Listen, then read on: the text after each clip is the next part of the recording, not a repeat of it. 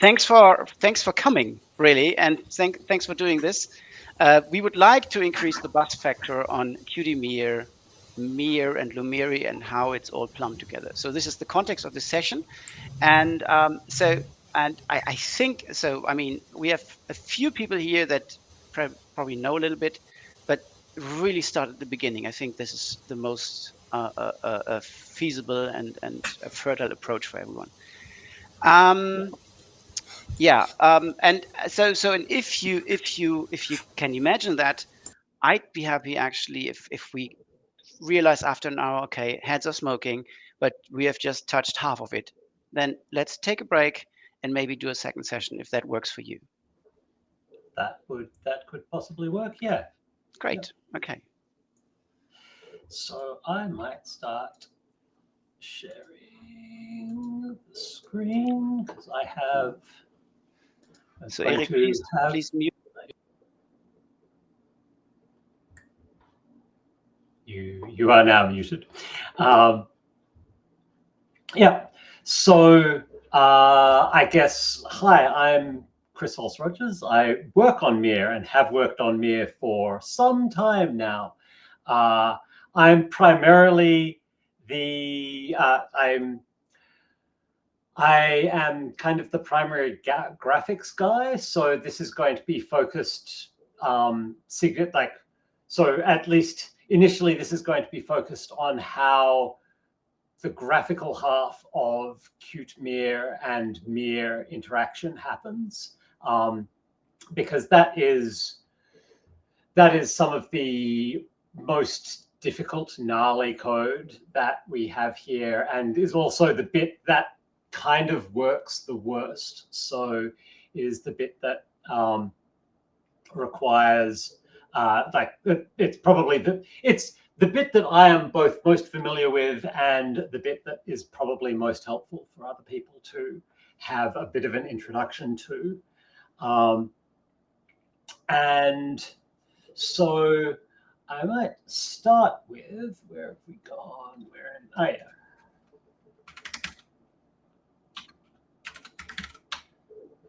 Oh, no, that's right, because this is the one that goes. Yeah. So, like, as far as the integration with Mir works in Qt Mir, everything starts here in the Qt Mir server private run method, which does some various setup. We've got cursors and an initialized callback, what to do when things die, various extension bits, start callback, and then we call run with. And this is the bit that is actually starting.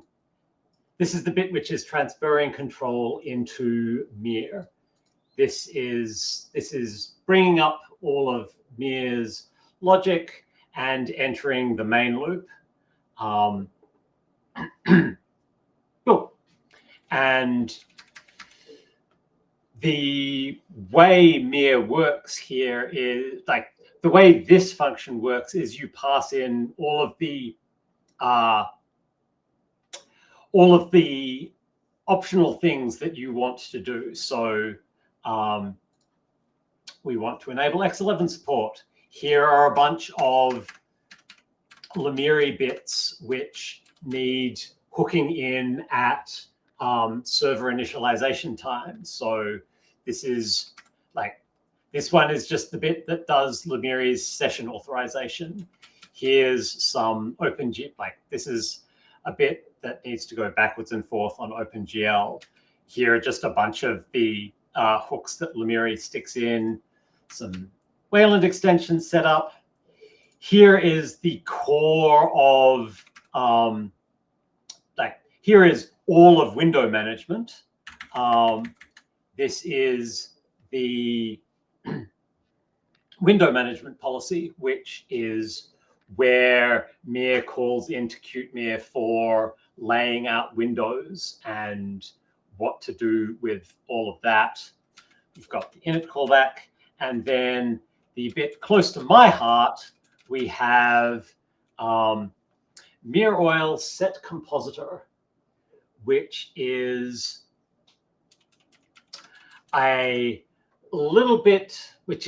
bit of a hack. And here is this is the bit where we in Mir have never quite managed to get a good interface. Fundamentally, on the graphical side, QtMir wants to use Qt to render to render the windows into a frame buffer to display. That's the architecture there. For us in Mir, we have our own very basic renderer to do the same thing, and we've never quite managed to get a good way of letting other code replace that renderer. So QtMir needs to replace more code than is really necessary, because we haven't managed to pare it down to just the basics bits.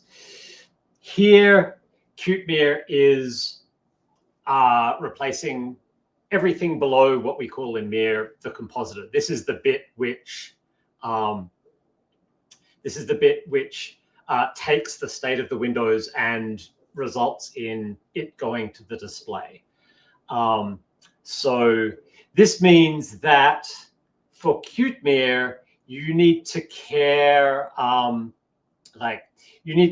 lot about the platform abstraction that we have in Mir, because you are replacing all of the renderer infrastructure here and all of the low-level stuff. We are passing all of that complexity onto you. So here, I think, is where I switch tabs into Mir, into Mir's platform abstraction. And Chris, can I intervene a little? absolutely. Can I ask you to maybe pick us up at a more high level place, really? So what are actually the layers? So so if we think about stacked protocols or stacked APIs, so how does it actually all sit on top or next to one another? So just to draw a really rough map of everything, and where is QtMir on this map? Okay, so for Lomiri the shell, you have primarily a bunch of QML and QML logic, and that that's using the Qt toolkit. The Qt toolkit allows you to write platform abstractions which work on different platforms. QtMir is a Qt platform abstraction which uses the Mir display server to do output onto anything that we can output to. There's the Android platform, there's GBM, the NVIDIA platform, those things. So what we have layer-wise is Lomiri mostly talks to Qt. QtMir is the bit which plugs into Qt to let it do the actual interaction with the system. And in this case, the system is provided by Mir. That's where input comes from through the QPA into Lomiri, and output goes through that way. So from a from Qt's point of view, the Qt platform abstraction needs to provide like various input bits and a way to provide, like, needs to have a way to get an OpenGL context. It needs to have a way to get a surface to render to and an OpenGL context on that surface. So let's see, where are we there? Yeah. So when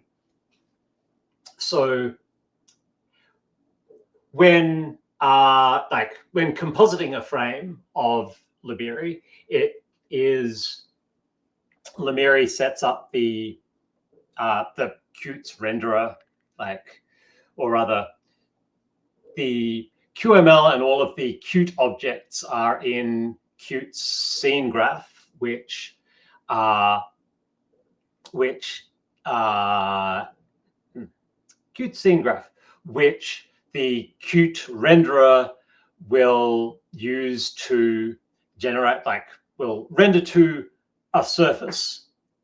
This will be the final frame that gets displayed. The surface comes from the Qt platform abstraction, QPA, which is provided by Qtmere.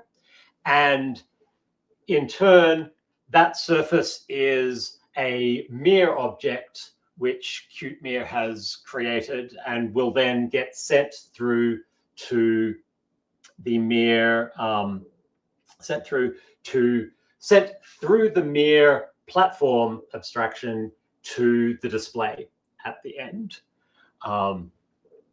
And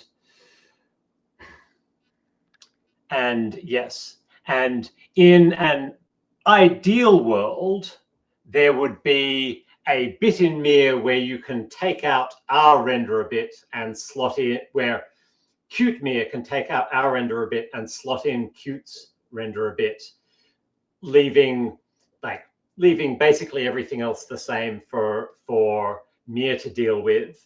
But that is not the world that is not the world we live in, and we have never quite managed to work out how that would look properly. So Qtmere needs to know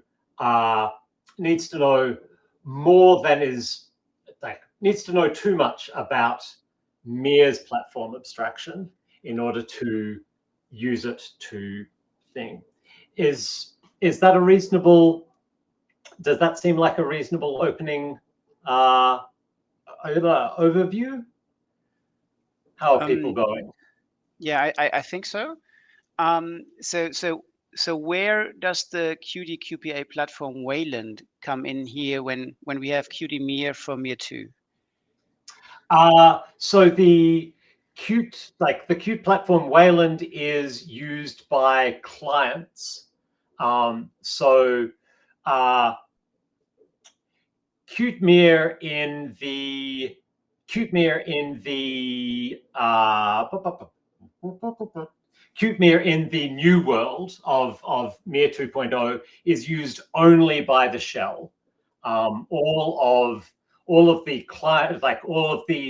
clients that connect to Lomiri, all of the Ubuntu Touch apps use the Qt Wayland QPA and just talk normal Wayland over normal Wayland to the to Mir, and through Mir up to Qt, and through Mir up to Qtmere and into Lomiri's Qt world. We had a question as to what the scope of Mir is. So Mir is Mir is a library for writing display server compositors like Lomiri. it's the scope of Mir is we handle we handle the platform abstractions. So we do the talking to the display hardware. We feed input events from input hardware into the system. Then we also provide the client interface. So we we provide a Wayland socket for clients to talk to, and we used to provide a Mir client socket for clients to talk to. And in a with if you do no if we here we have the main Mir entry point, the Mir runner run with. If you pass no options here, what you will end up with is something which accepts clients, will display them on the screen somewhere, and you will be able to type you'll be able to interact with those clients, and they will be able to display, but you won't get any interesting behavior. Things will windows will appear, and you will be able to attach things which pop up. Menus will have menus pop up in the right spot, all that sort of stuff. But it won't have but there's no interesting behavior there, like alt tab switching.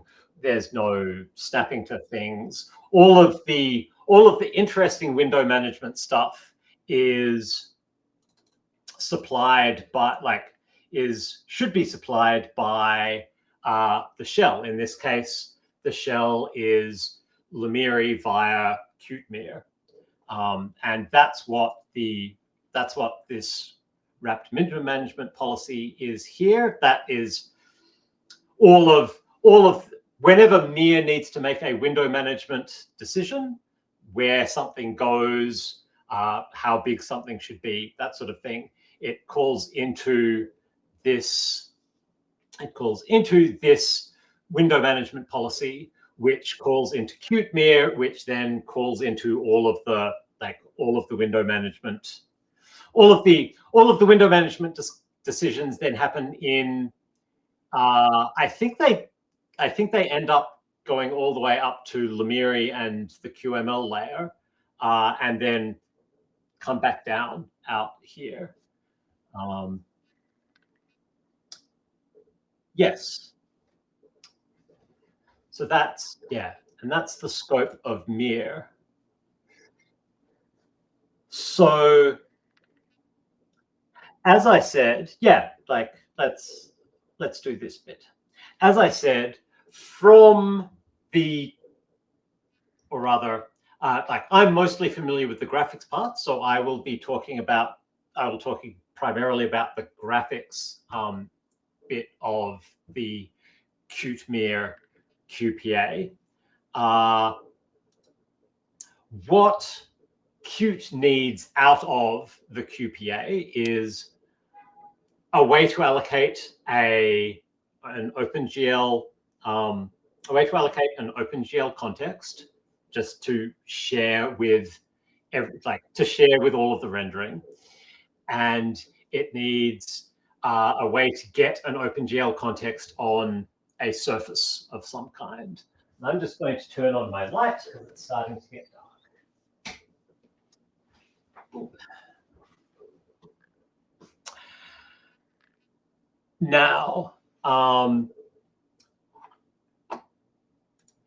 now is probably a reasonable time to switch into the Mir platform API, because this is where the OpenGL context comes from, and this is what the surface and context that you can generate it on here. in the mere platform abstraction, we have two distinct top-level concepts. We have a rendering provider and a display provider. A display provider is something that you can throw pixels at and it will become visible to someone. So like Hardware Composer for Android is a way of getting pixels onto the actual display. KMS for desktops. It's also a reasonable spot to do to put in virtual outputs. Although there are also other ways to do that. So the display provider is responsible for getting pixels onto some output. The rendering provider is responsible for generating those pixels. And because there are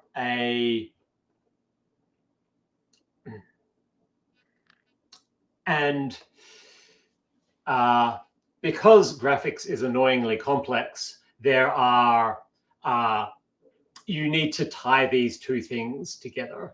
Like you need the display platform needs to know about the rendering platform, and the rendering platform needs to know about the display platform the rendering platform needs to know about the display platform so that it can allocate something that the display platform can read. The display platform might need to provide things to the rendering platform for that to work. So there is a bit of tying together, but these are separate concepts because they end up being because at in the complex case, lots of particularly phone hardware has a piece of silicon which is the display system, and an entirely different piece of silicon which is the rendering system. And so having those two things modeled separately in code is helpful in that case. The rendering provider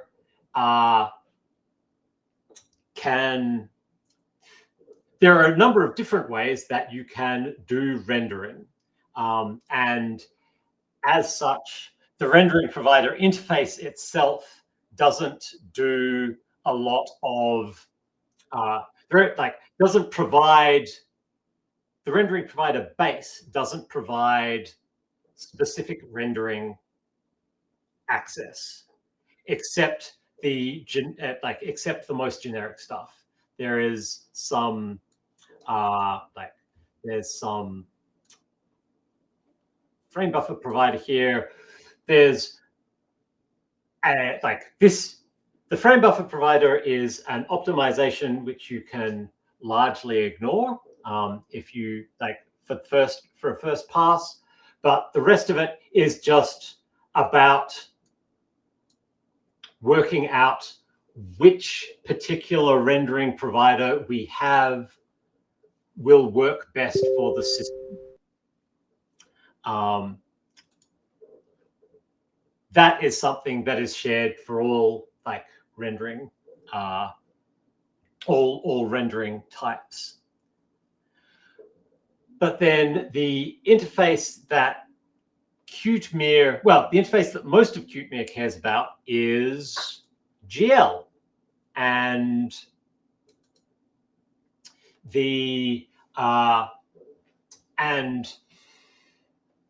given a rendering provider, given a rendering platform, you can ask it for a GL rendering provider or a CPU rendering provider if you don't need thing, or in future a Vulkan rendering provider. This is where the specific API gets the specific rendering API gets hooked in. And for GL, there are really only two things that QtMeer needs. QtMeer needs some way to get a GL texture for client windows, and that is the as texture of the GL rendering provider. QtMeer has access to a Mir buffer to some number of Mir buffers for each surface for each client window that it has. And it can shove them through as texture to get a GL texture out the other end, which it can then feed which it can then feed into Qt scene graph to do the actual rendering. The other thing that QtMeer needs to provide Qt is a thing to render on and an OpenGL context that will render to it, and that is surface for sync. That a GL output surface is just a thing that you can is a GL context which will render to something that can then go onto the display. So it's got the things that you need: bind, make current, release current, and then commit is like swap buffers, but spits you out an object that you could submit to your display rather than implicitly swapping.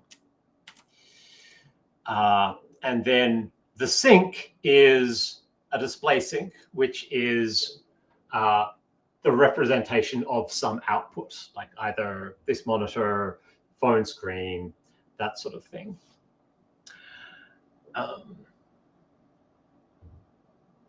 Yes. So,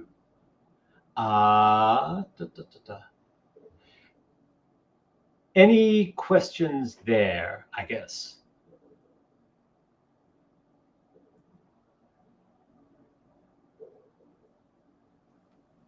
No? Yeah, so I'm wondering, sort of to recapitulate, basically, what QtMeer negotiates with Mir is basically to retrieve a surface, and within that surface a GL context, and hand over the GL context to Qt. GL context, the Qt then renders into the GL context, and that is given back to the surface, basically. Yes. Yeah. So all the trading is done in GL context, in context Yes. object. Yeah. Okay. Yes.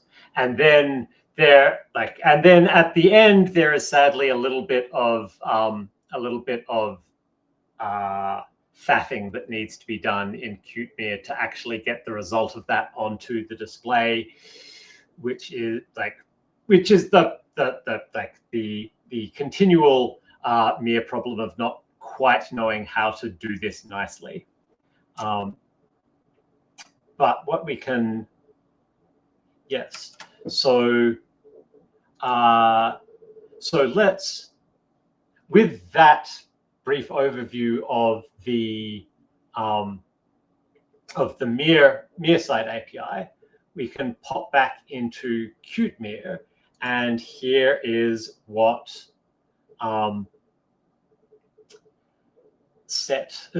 and here is the bit where QtMeer uses that API, grabs that API. We'll because I see it on screen. Before we dive into this, can you maybe go little detour and let us know what the difference and what it is actually, the Mir AL and the Mir OIL, or Mir oil and Miral. So what's the Okay. difference there? How you pronounce it actually in English? That would be also helpful. And Yep. so because we have the Mir oil thing there, but yeah, so because that has been actually, so I was rebasing QD code recently, and there were a lot of classes and methods and whatnot moved between those two namespaces. So but for me personally, and maybe for others when they stumble across over the code as well, it would be helpful to actually being able or becoming able to differentiate between what is what, and why is there actually some sort of a transition or has been taking place in the past in QDMIR. Right. Yes. So, as had like as is like as might be obvious from all of the times I've said we've never quite known how to do stuff in Mir. We have this is let's have a brief, a little bit of a history lesson for Mir here. So there originally we had only for shells like Lomiri and Qtmir, so for shell integrations, so in this case Qtmir, we had the Mir server library, which contained all of the all of the bits that you need to integrate and might want to override, or all of that, to write a shell, and that had and has the problem that it is a lot of it's a lot of C++. There's a lot of inheritance and abstract based classes and stuff happening around there. So every Mir release would break the ABI of that library. And also it was just kind of everything available. So was introduced Mir AL. The AL is meant to be abstraction layer, but and Mir AL is the Mir AL is the deliberate API for Mir. So it is it is ABI stable. It is all of the stuff that we deliberately expose and will keep working. Will not break for users. And in fact, in the probably over the next couple of years, we will rename that just to libmir, because that is the library that people interacting with Mir are expected to use. Everything else is implementation details for Mir. But Qtmir needs access to a bunch of stuff that we don't really know how to expose nicely. And so Mir oil, which is there deliberately as an anagram of Lomiri, is basically the bits that Qtmir needs that we don't know how to expose nicely. So you should find, as we learn how to expose, as we learn how to expose these things properly and have a better idea, things will ideally move from Mir oil into Mir AL over time. But that is the current state. You find things in Mir oil because they're things like set compositor. This interface is not one that one that we want you to have to use. It's a like it replaces a whole chunk of mir and requires you to do a whole bunch of work. But we don't know that but we haven't worked out how to do it properly. So it's in mir oil. Mir oil is everything that we don't want not Lomiri using.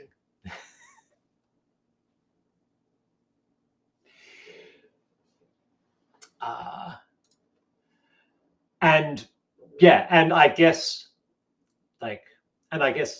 finally, additionally, if there are things that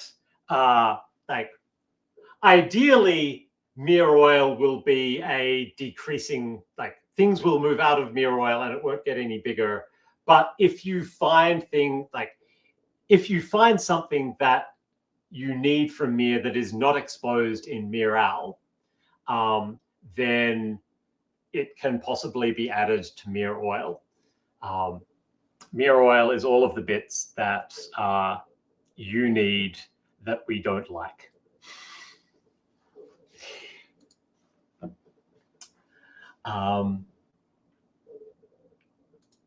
Yes.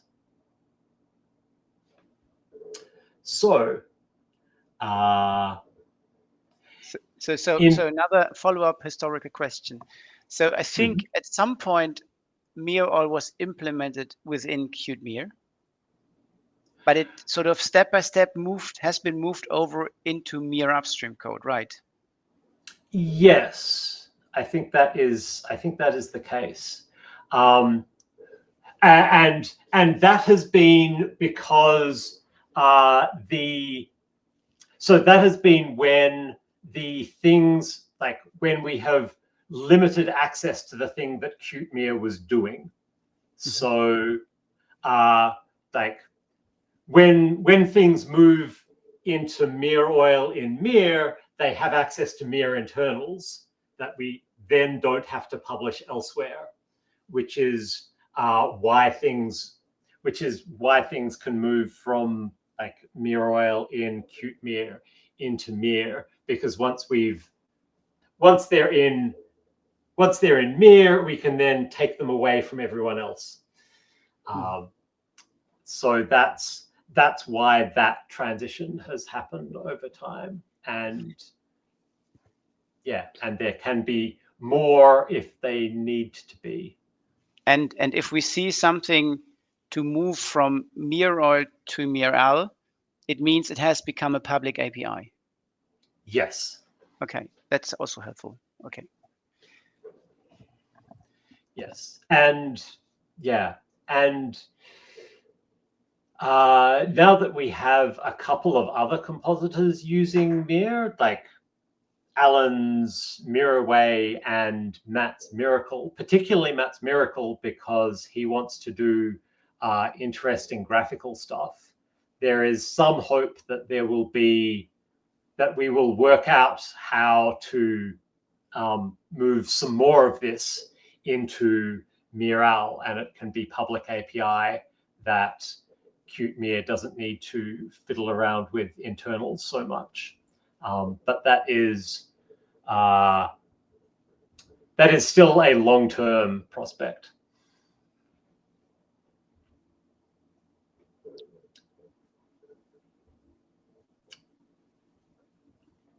Cool. Yes. So let me just ask. So does anyone here in the room has any additional question to this, like the history, the differentiation between mir-al, mir-oil? Okay, so yeah, move on, Chris. Thanks. Okay. Yep. So the Qt compositor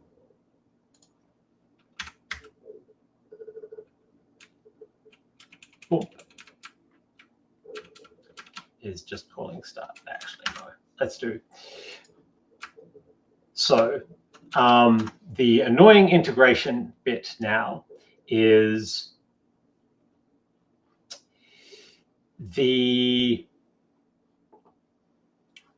where are we? Here we go.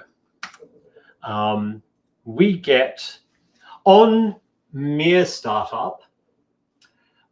Mir probes all of the Mir loads all of the platform modules that it has, probes all of the hardware in the system, and keeps the ones which look like they will work the best. Then here it gives the list of all of the things that can provide you with GL rendering into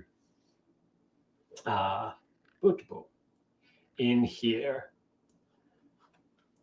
It is this code, as you see, is a little bit annoying because it's trying to work with both the new Mir and the old Mir. This particular API got changed in Mir 2.16, but we finished the Qt Mir work in 2.20, which is why that's all there. So we take the list of rendering providers and we just save it. They are we just save this list so that later, when we get, where have we gone? Later, when we get to screen, where have we set here, displacing. This is the wrong. Oh, where was I?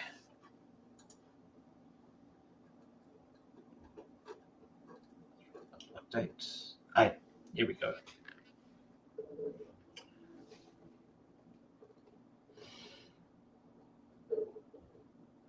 So yes,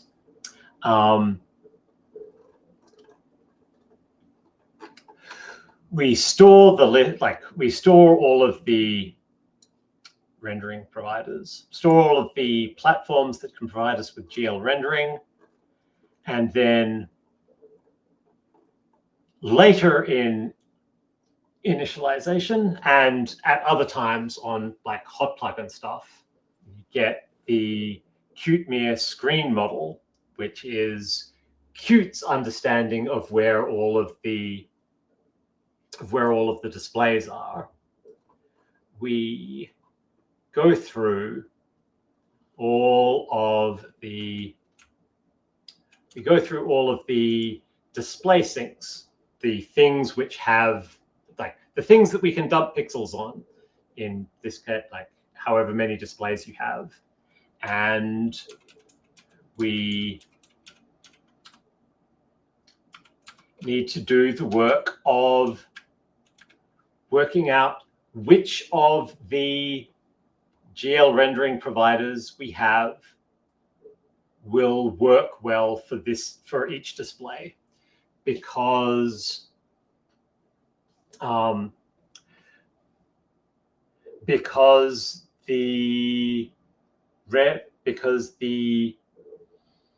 each display can have a different rendering provider. In the case, the most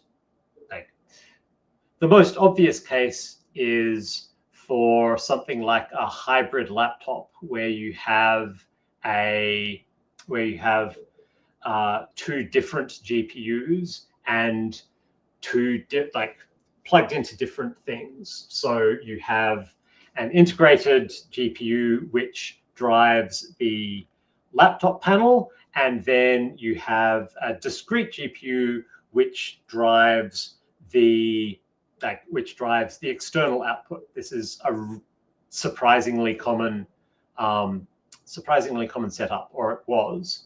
In that case, you want the, in that case, ideally you want the integrated GPU to drive the internal display, because that is the thing that is physically connected, and the discrete GPU to drive the external display, because that is where that is connected. And this probe system is to figure these out. We just go through and find the provider which says that it is most suitable for driving the display that we give. That's something that the Mir provider has. And then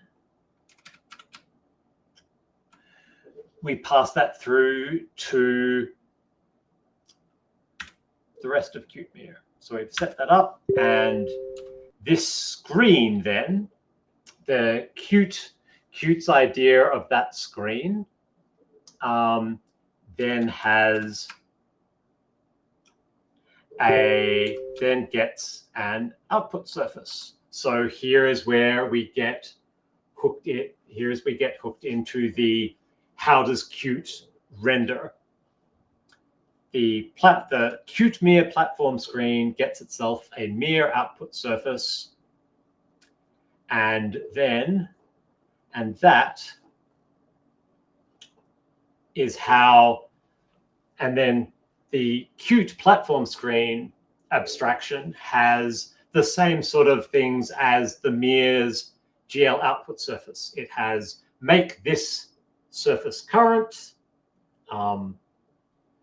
release current, although Qt calls it done current for no particularly obvious reason. And then swap buffers. What does current mean in this context? It's the active window? Or? It's the current is the, this is GL, this is all GL context now. Okay. Each Qt screen has an implicit GL context. So when you call make current, when Qt calls make current on the screen, what it means is make a GL context which is going to draw to the screen current. Mm-hmm. Yeah, and likewise, done current is release the GL context for this screen. And then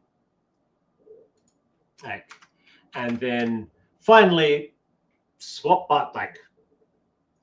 buffers is where Qt calls to actually display something, and that gets translated to Mir's output surface commit.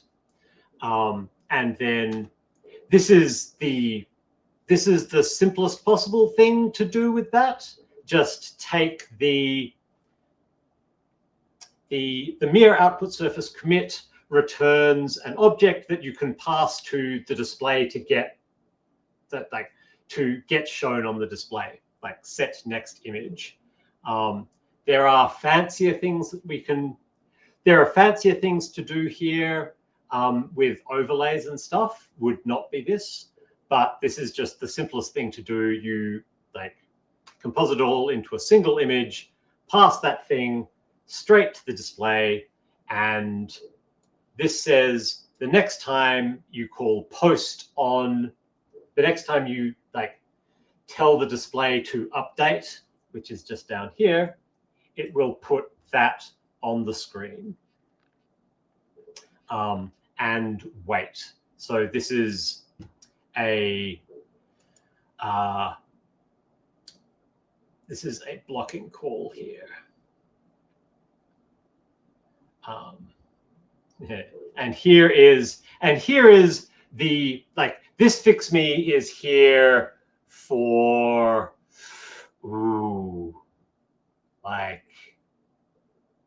12 years, 10 years. This is the this is the very long, the very old fixme.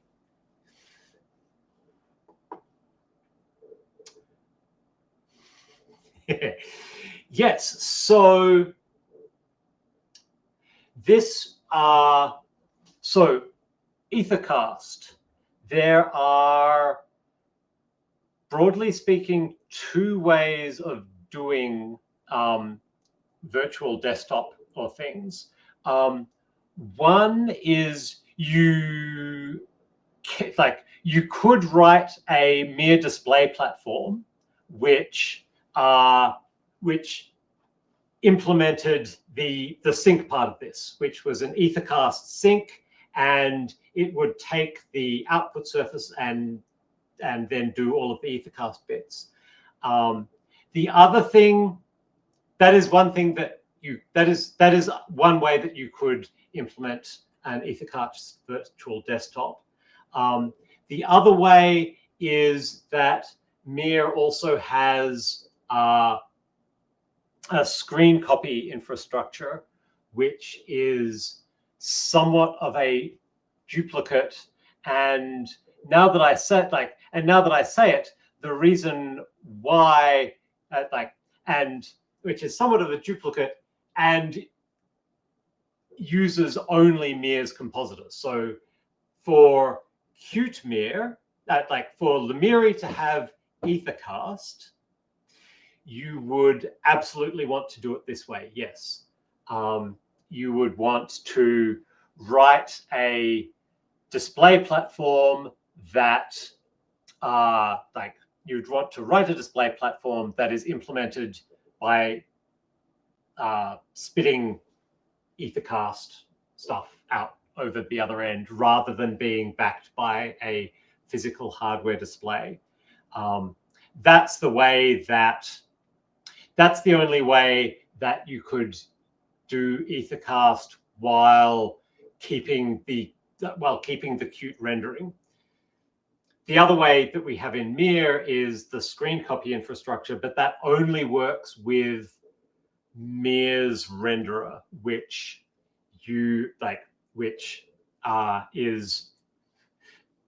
is a part of this big long fixme. Yeah.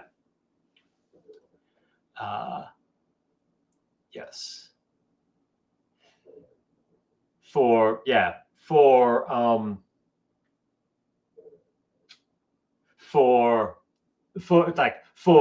Mirrorway, it doesn't matter because Mirrorway doesn't do anything fancy. For Miracle, the screen copy stuff in Mir works because Matt hacks up the internal renderer in a way which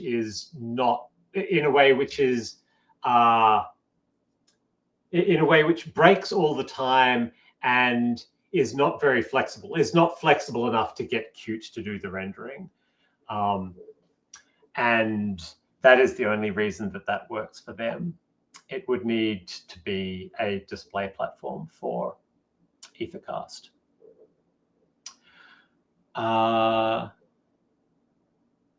Do we have any other questions about this display bit? Yeah, I just would like to enlarge on the Ethercast thing a little bit. So Adam, as you asked for that, so your explanation is what we would have to do to port Ethercast to Mir 2, right, Chris? Yes. Yeah. So and at the moment it seems like we use the Mir client API sort of to intercept or to, I don't know, but it looks different if I look at the code in Ethercast folder and src ac mir. So there's a screencast class that sets up a display output, Mir connect sync, K-Mir socket, K-Mir connection name, stuff like that we have there. Mm-hmm. Right. Yeah. It's been a while since it's been a while since I remember that, but yes, I think that must be we must have gone through there. Yes. It's actually also one of the big to-dos to actually do the Mir 2 bump. in Ubuntu Touch, because if we do it without looking into Ethercast, we will use Ethercast. And so in fact, so if I remember correctly, we actually extend the disk, so we don't copy the phone display and then we have like a portrait display on the beamer. We really extend the display to the Miracast device, and then have a full screen display like full HD or something, like a computer monitor really. Yeah. And then the phone becomes a remote control looking like a mouse or a touchpad, and with an on-screen keyboard that you can blend in whenever you hit a field where you can enter text. So yeah, so it's Yeah. actually it would really mean we had to have a platform implementation for Ethercast, and then on the one end hook that into Mir, on the other end speak the Ethercast or Miracast or whatnot protocols. I think Right. so, yes. Okay, Rajanan. Uh, Wait. If you ask me, I think it would probably be better to have a platform that integrates with Pipewire instead or something, but then that would pose some problem with Android World because Android World simply don't use Pipewire or but uh yeah I just feel like if like in Mela Linux use case, like if we have a platform which plugs into Pipewire instead, then it will probably be more useful because the rest of the world, in quote, go to the Pipewire direction. Hmm. Yeah, I like once you have actually the so uh a a display platform, that a minimal display platform, the mere side of a Ethercast or Pipewire backed virtual display would actually not be very is not very much. I think well, so we already have a virtual platform um, which exists which uh, which just makes basically a fake output. It says it's like in addition to all of the other displays, it's like there's also a 1080p output here, and it doesn't go anywhere. But uh, like, but if you if you started with that, you could reasonably easily get the pixels out of there and shove it into whatever else you wanted, which which would be either Ethercast or Pipewire, or both. But that would not be a copy of the screen that is seen on the primary display. It would be an additional Yes. ad, Oh, basically. it would be I mean, it could be either. It is a display that if you had it set to clone the existing display, it would be a copy of the existing display. That works. If you Okay. have it set to be if you have it set to be not cloned, then it is it's entirely equivalent to however you could use a physical display. So Okay. cloned, not cloned, whatever. So and could this, so like a Pipewire backed virtual display, could that also be the approach to make screen sharing in web browsers work? So yes, that would be so for so yes, that would work for screen sharing for Lomiri. Yes, as I say, for Miracle and Mirrorway, we already implement some Wayland screen sharing stuff, but But as I say, that won't work for Lomiri because it uses Mir's internal renderer, so is not going through any of the Qt stuff, so doesn't look like I don't.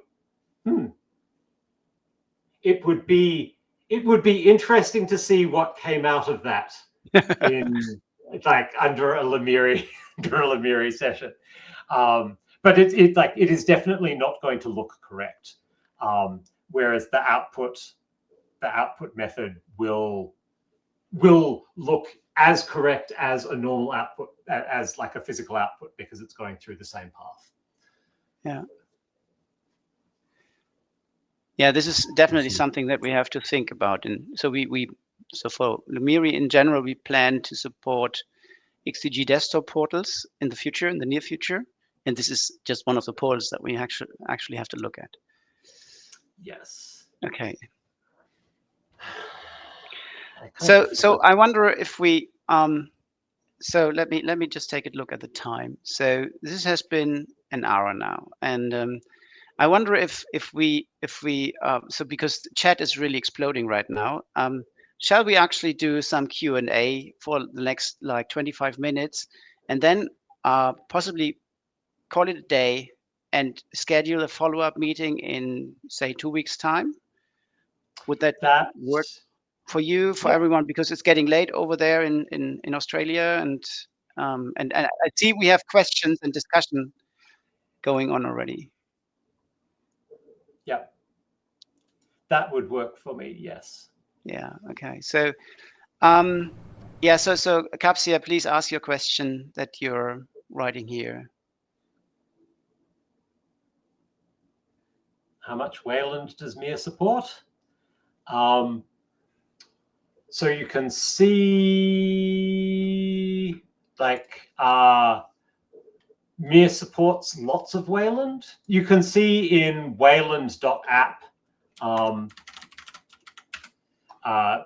http wayland.app, there is a list of all of the Wayland extensions, and down the bottom of each of those pages is a compositor support list. So, for example, we have this, like the Linux DMA buff one. Mir supports 3, although actually Mir supports 5 in the latest version. We need to submit fresh stuff. That gets those compositor supports get updated manually, and we need to rerun them. But yeah, like Mir supports lots of Wayland protocols. There are some that we know we should and will, but are not currently on an immediate roadmap, like the presentation time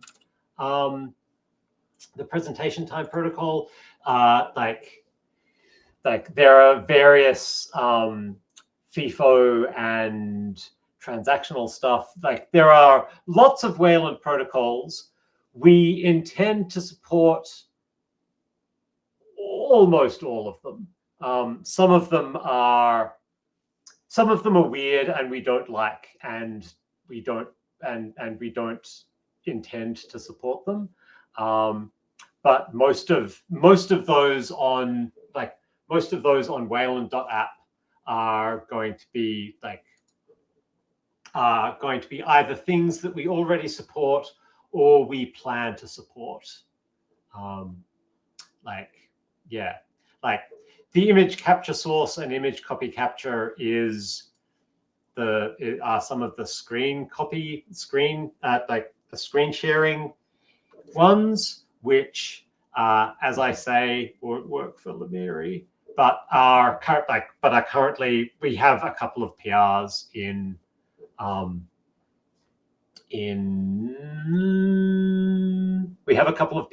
review up for those, and there are lots of them, and we want to do all of the standard ones pretty much.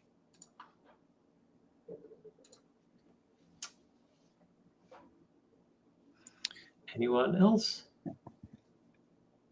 Yeah, Ricardo, you had a question about, I can read it, and then where does Mir fit in the wider graphical stack, Pipewire, Mesa?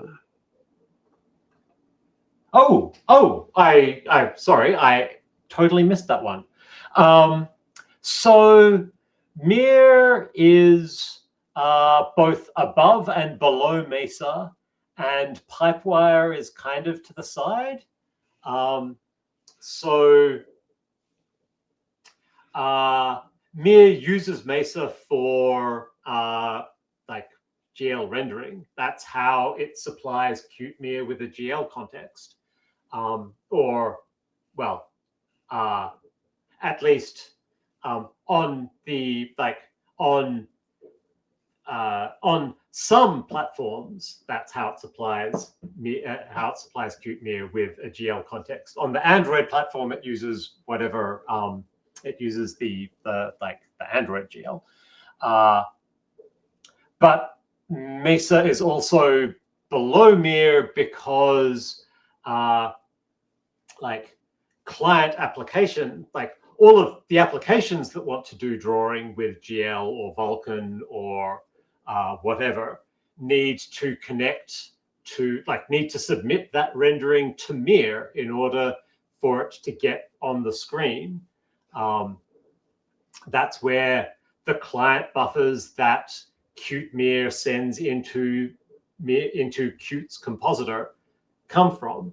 So Mir implements a couple of Wayland extensions which the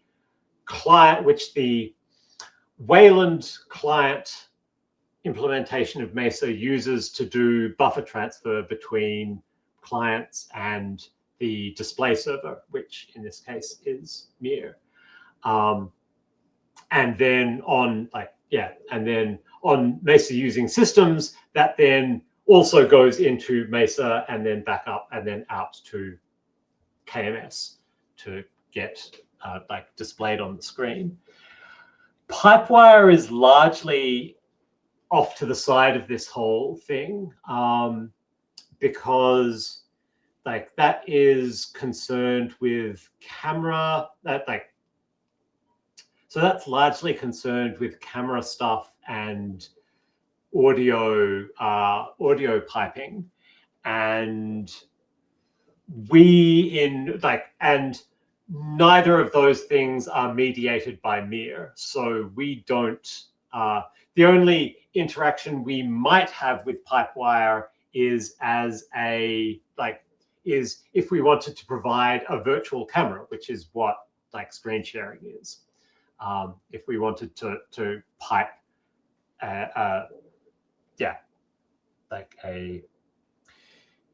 if we wanted to provide a video stream of a display into Pipewire is the only interaction we would have with Pipewire.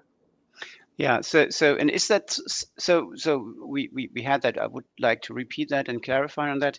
So do you think the approach is feasible to actually add a virtual display to Mir for Pipewire and do the plumbing in Mir actually, and set the mode to clone or to mostly clone by default, I guess, for the screen sharing? Or would you say, okay, for Lomiri, this should rather live in QtMir and so we don't pollute your stack there? And is it actually possible to implement virtual displays of virtual outputs in QtMir? So I think this would want to live parallel to the Android platform. So it wouldn't be in QtMir itself, but it would be in I think we were also thinking of one of the things that we have been recently thinking at the recent sprint and such is that there are a bunch of Mir associated things which are not useful for everyone, but are things which everyone might be interested in. So like some of the things which are currently in Miracle, or some of the code which is currently in Miracle or Miraway, is not stuff which would be core to Mir, but would be interesting for anyone writing a compositor. And we're thinking of like bringing up a repository of all of these things. And like the Android platform, I think would be one of the things that would be reasonable to go in there, and a Pipewire virtual platform would be also reasonable to go in there. I think, and an Ethercast one. All of they're not. I don't think we would want to have that in the main Mir source tree, but But it is something that we would be happy to have close to us. Okay. Okay. Does anyone else have a question? Yeah, Rajanan, go ahead. Will you also cover the pathway where the graphical buffers from clients get into the rendering pipeline into the Qt also? Yes, not today, but I can do that next time. Yes, please. Yeah. Okay, so let's follow up on that. Rajanan, make sure you remember that. Put it somewhere. That is, it shall be. Is it sort of the next step in the way through the code, or is there actually something we have to do before that? I think that is a reasonable next step. We've kind of done all of the bit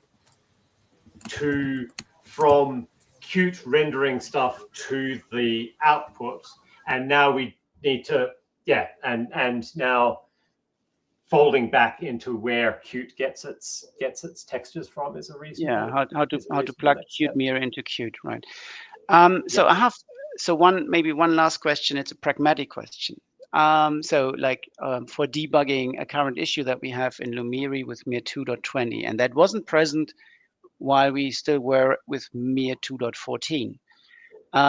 So when we bumped in Debian, when we did the update of Mir from 2.14, from 2.14 to 2.20, and you provided all the Qt Mir patches for that, so we updated Qt Mir accordingly.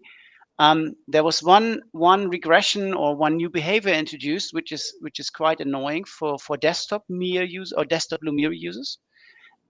Which is if Lumiri runs in desktop mode, so it creates individual windows and you can move them around and resize them and whatnot.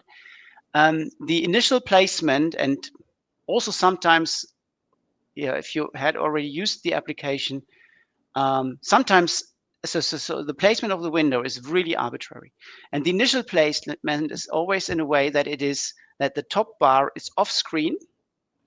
So I'm doing a lot of gestures here. Maybe I open the camera. So you have a window, and it should basically be here, and you can access the top bar to have all the controls with the mouse pointer in your hands. But it's like there, or it's mostly top and left.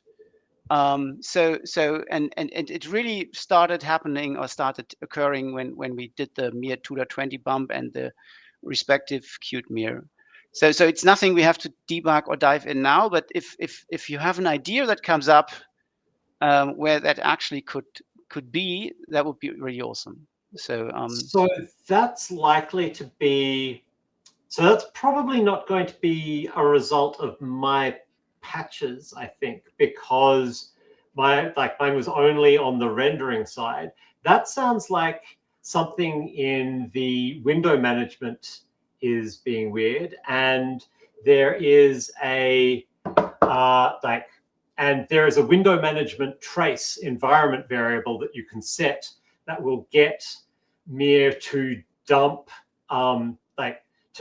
all of what it thinks it's doing with window management. And that might be helpful. That will certainly tell you what Mir thinks it's doing, and it's possible that there is just a that we're actually just calling a different function to what CuteMir is expecting to be.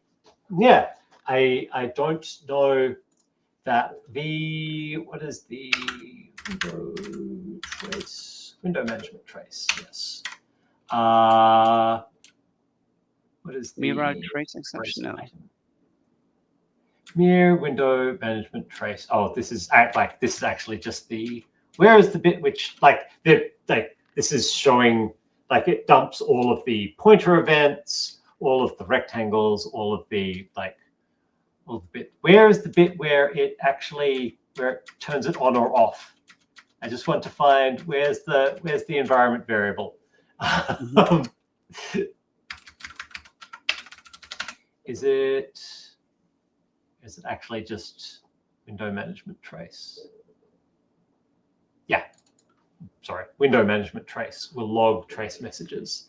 So that will log a lot of, you'll be able to, you can do the normal environment variable of passing that through when running CuteMir. So that will dump all of Mir's window management state, and it will also tell you what functions are being called where. So tracing that then through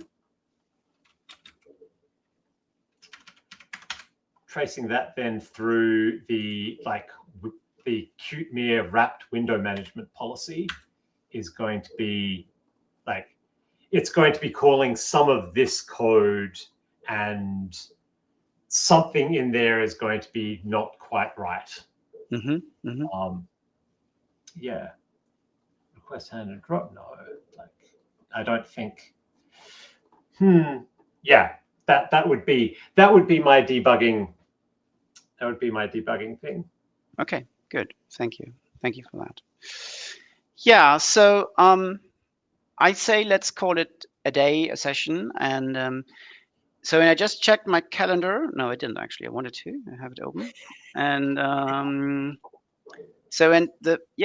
this 3rd of December would be today in 2 weeks' time. So does that fit for you, Chris? I think so. Let me just check my calendar as well.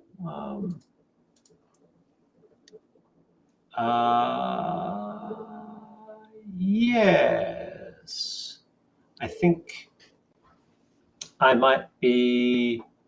Yes, I would actually have a meeting shortly before that, but but that's meant to finish at 8, so that would be fine. Yeah, you're sure?